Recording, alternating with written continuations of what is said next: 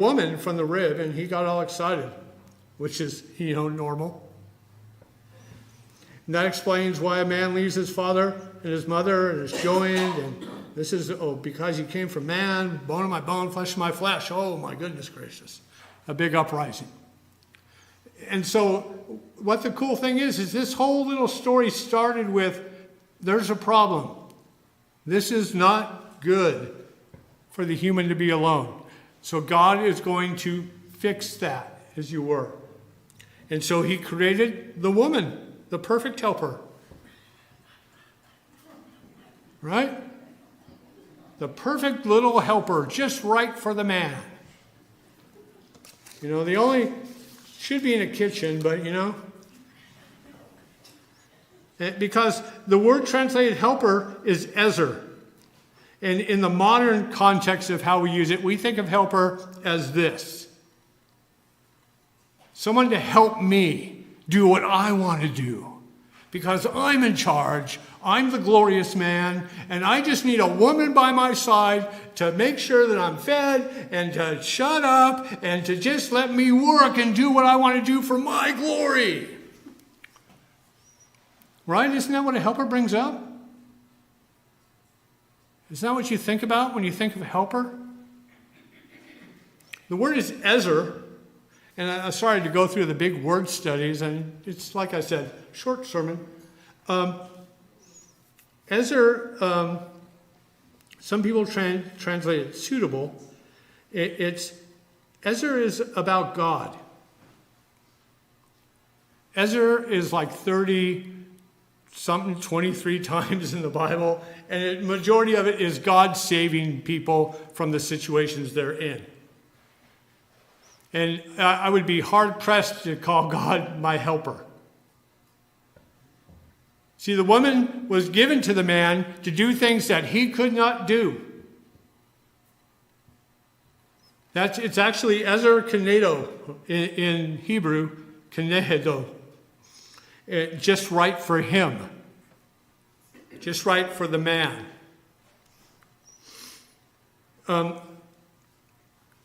And what it means, it only appears once in the Bible. But what it says, he's giving him a suitable partner and what it really means is that a power equal to a man.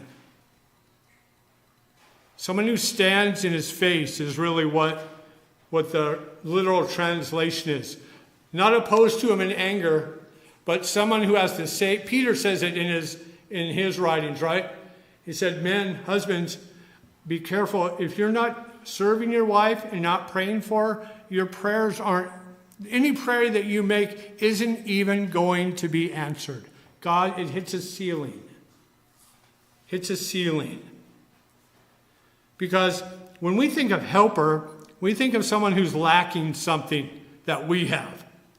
When the Ezer shows up, it means that something's wrong with you. The woman showed up because something was wrong with the human. Something was wrong with the human. Because in reality, what God created was someone equal in power. Women are, if you ever go to a situation where it's all men and no women allowed, unless it's a golf course for some reason, then just bail. Remember Genesis 1? We went through that. God created them male and female. In the image of God, he created them. Female and male in the image of God. Man and woman in the image of God. And it's not that man is the image of God and woman is the image of God. Man has lost part of himself. Woman has that part. They both need each other. Together, men and women are the image of God. You're not the image of God alone. And this is not about marriage. This is about Eve, which she's going to get named later as life. Adam is human. The image of God is human life. You're not alone, the image of God. We are equal in power. We're supposed to submit to each other. We're supposed, if you, and I'm not joking, you go to a church where there's all men on ruling over, and the men are ruling, sitting around eating, and the women are tired and hungry, making buffets and potlucks, leave. They don't got the most basic foundational building block of what Christianity is. Man and woman working together on the planet. What has happened mostly is we've adopted false values, worldly values. What I said, we don't understand the rebellion. We've adopted worldly values into our culture so that men or women are separated, because men have more muscle mass since the beginning. And so they were meant to do certain things. Manhood has been dumbed down at some level because it's so technological now. What are we going to do? You know? We hunted, we raised stuff, we grew, we built. That's what men did. We protected our families. We knew the relationship between men and women. This other lion. And now what do? Sit around and root for sports teams like it matters. It's just so wasteful. We drink, we gamble, we root for sports teams, we show up, every once in a while whenever we need to show up, we clock the thing and we go. We have no purpose to our life at all if we buy into the world's values, which is the rebellion that Jesus brought to us and he was willing to die for. He was willing to die. And now we just care about junk. That's the modern way. Just shut up, keep your head down, do your work, never talk about Jesus to anybody. We're lions, men and women. They're not helpers. Why would you, the thought of helper is there, but it's Ezer. It's God. Women aren't God, but women showed up because men were flawed. And God made sure we were flawed by ripping half of our side out so that we needed them. We think we can do it on our own even when we're messed up.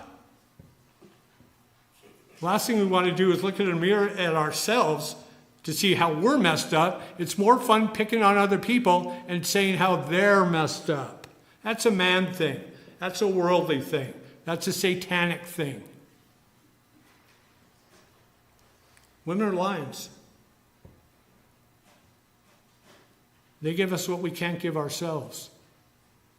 They provide, and I'm not talking about anything physical. They have the heart that we need to make our hearts stronger. They have the minds that we need to make our situations better. They have everything that we don't have. And if you don't think you're missing stuff, you don't read the Bible, obviously, and you haven't sat down alone and thought about it. That's both people, men and women. Nothing uglier than a man trying to be all the cultural norm of a man. Nothing more stupid. Nothing more fear-laced, fear-laden. And that's the problem. That is the problem. The helper in the 21st century Western world, we generally think of it as terms as subordinate. And the reality is you'll never find anything subordinate or whatever in the Bible or with Jesus or any of his messages. In fact, Paul said, in Jesus there is no male or female. It's Jesus. And what's funny, here's one that'll twist your mind around a little if you let it, when you pray, when you read the Bible, if you read the Bible. Ephesians 5. Is a classic. This is Ephesians 5. If you don't know, if you ever hear people about the roles of men and the roles of a husband and the roles of a wife in marriage and the role of a husband and the role of a man in the church and blah, blah, blah.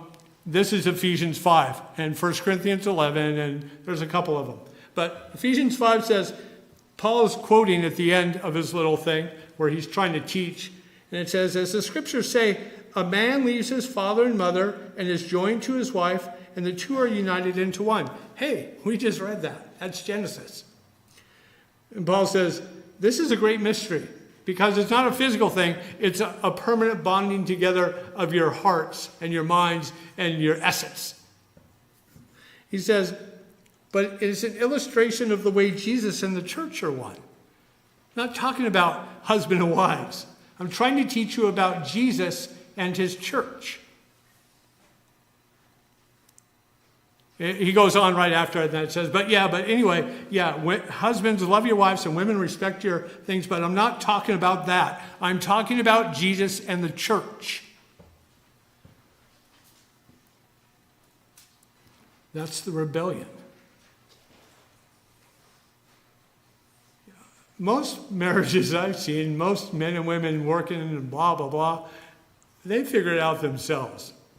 Sometimes the man pays the bills, sometimes the woman pays the bills. Sometimes you go to get pizza and sometimes you go to get tofu. You know what I mean? It's just whatever. Doesn't matter.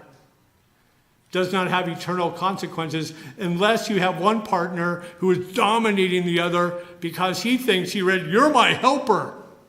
Misrepresenting God, misrepresenting life, misrepresenting the whole game. The rebellion makes no sense to them. They don't know that patience is being vulnerable is the rebellion against the world. This whole thing is about Jesus and the church. And we're not the church. He means people who believe in Jesus. People who believe in Jesus. That's what this story is about. Jesus is one of the lions. In the thing, he's the husband lion, and we're the bride lion. And you can really, when you're praying and meditating on this, you can really go places with it to figure it out. To start to see who you are in Jesus, who you are in this world, and why, what is the purpose of showing up today and following Jesus. It's not what the world says. Never was, never will be. That's why we read the Bible. That's why we read the Bible. It's a great mystery, but this is an illustration of the way Jesus and the church are one. Women are not our helpers. That's an English translation. You got to talk to the translators about how they put that. There are equal, and I'm saying that from a male-man point. There are equal. Claire's my equal, and she's out of the room, so I can say it loud and proud. Claire is my equal. Wait, she's here? Oh, crap. It's way easier, and this is coming up, this little thing. It's coming up in a sermon, probably Easter, thinking. It's way easier to know the path than to walk the path. Way easier to know the path. We all know the path. Yeah, I agree with that. But do we walk that path? Do we walk the path where they are equal? Do we walk the path where we love others more than ourselves? That's a Bible thing. That's a Jesus thing. That's the path. It's easy to know.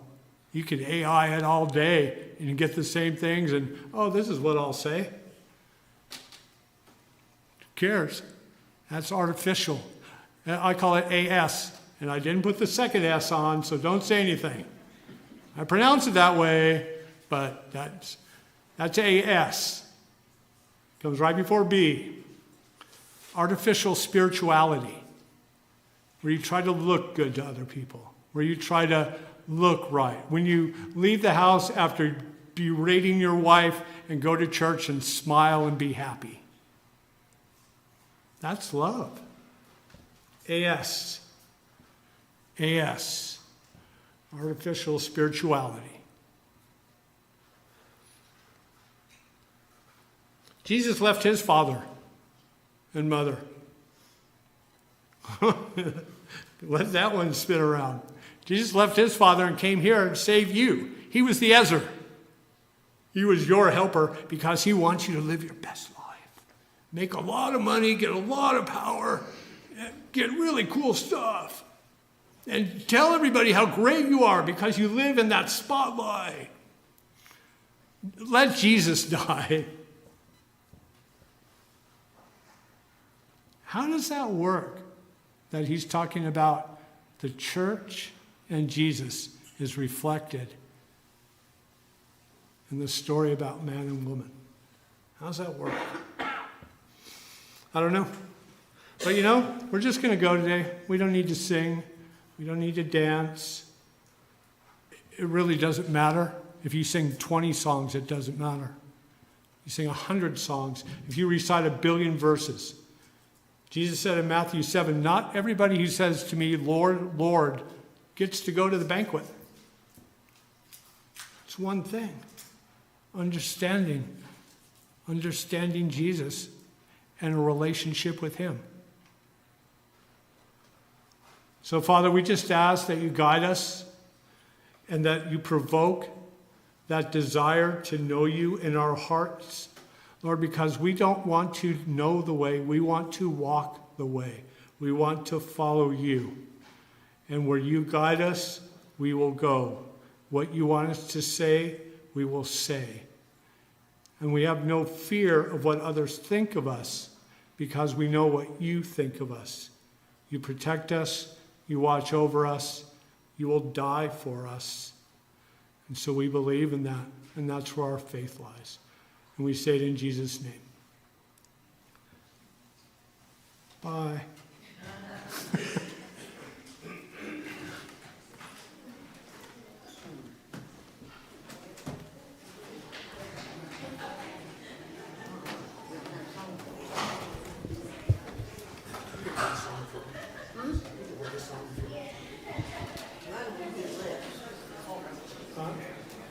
He lives the chord.